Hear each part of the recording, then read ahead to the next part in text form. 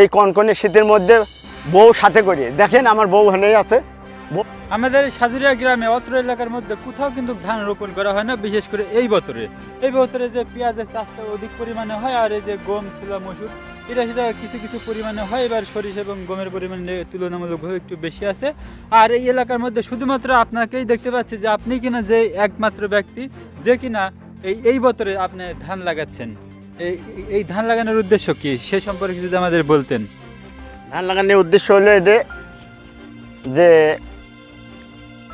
এই যে গত ট্রামে যে পিজির দাম, পিজ প্রথম হইলো 600 টাকা কেজি মন ছিল, সেই পিজির দাম এইরকম চলতেছে 1000 টাকা কোনোরকম হইলো।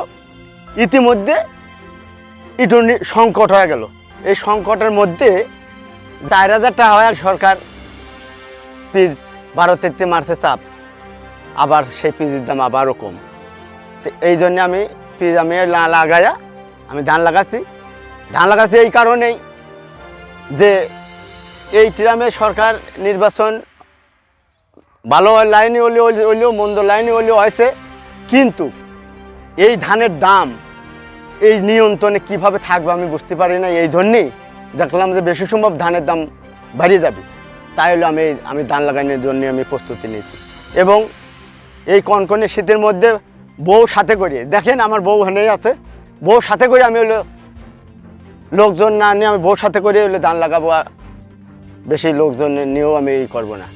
আচ্ছা, এখন তো আমাদের এলাকায় পানির সংকট, বিশেষ করে আমাদের এখানে ছালো ডিপটি নেই, তো এখন তো পানির খুবই অভাব। এই পানির ব্যবস্থার জন্য কি করছেন? পানি আমার নিজেরই একটা মোটর আছে, হ্যাঁ এই যে নিজেরই মোটর, তো আপাতত হ্যাঁ এই জন্যই আপাতত হলো নিজের কামটাই আমি করতেছি। সাইডে অন্য লোক গম বনছে, অন্য ক্ষেত করেছে, কিন্তু এবার হলো ধান খুব কম, ধানের দাম বৃদ্ধি। এই ধানের দামে বৃদ্ধি হওয়ার কারণে আমি ধান লাগানোর জন্য কি জাতের ধান রোপণ করছেন? এটা হলো 29 ধান লাগাচ্ছে। এই বছর এই সিজনকে মানে এই বছরে যে ধান লাগে এই বছরটাকে কি বলে হয়? এটা চৈতে বছর ধান। হ্যাঁ। আচ্ছা, এই বছর এই ধানের ফলনটা কেমন হয়? এই বছরের ধানের ফলন অন্য বছরের চেয়েও খুব ভালো। এই জন্য হলো এই বছরে ধানটা লাগাই। এই বছরেই লাগাচ্ছি। কি কামে আমার দেশের হলে সব চৈতালি ক্ষেত হয়, এই বছরে দেখবো যদি ভালো হয় তাহলে প্রতি বছরে আমি চিন্তা ভাবনা করছি যে ধান লাগাবো। হ্যাঁ। কতটুকু জমিতে ধান রোপণ করছেন? বেশি না, বিঘে 1.5 মতো।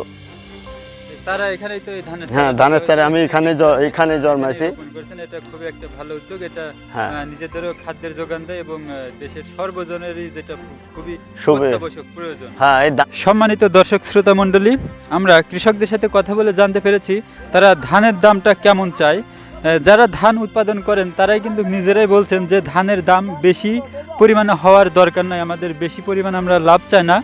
ধানের যে একটা ব্যয়বহুল খরচ আছে, সার, কীটনাশক, লাঙ্গল, পানি সেচ, মানে আনুষঙ্গিক চাষাবাদে যা খরচ হয়, ব্যয়ের খরচটা যেন উঠে, এতেই তারা সন্তুষ্ট। অন্যান্য ফসলের দাম কিছুটা বেশি হলে ভালো হয়, কারণ এই ধানের দাম অতিরিক্ত তারা এই কারণে চান না।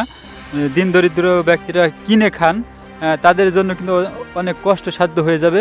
আমাদের দেশের বেশিরভাগ মানুষই কিন্তু নিম্ন আয়ের ব্যক্তি, তারা যে কিনে খান, এজন্য কিন্তু কৃষকরাই বলছেন যে ধানের দাম বেশি হওয়ার দরকার নেই, এটা নিয়ন্ত্রণে থাকুক, এটা সবার নাগালের মধ্যে থাকুক এবং কৃষকদের জন্য ক্ষতি বা লস না হয়, এমনটাই কিন্তু তারা জানিয়েছেন।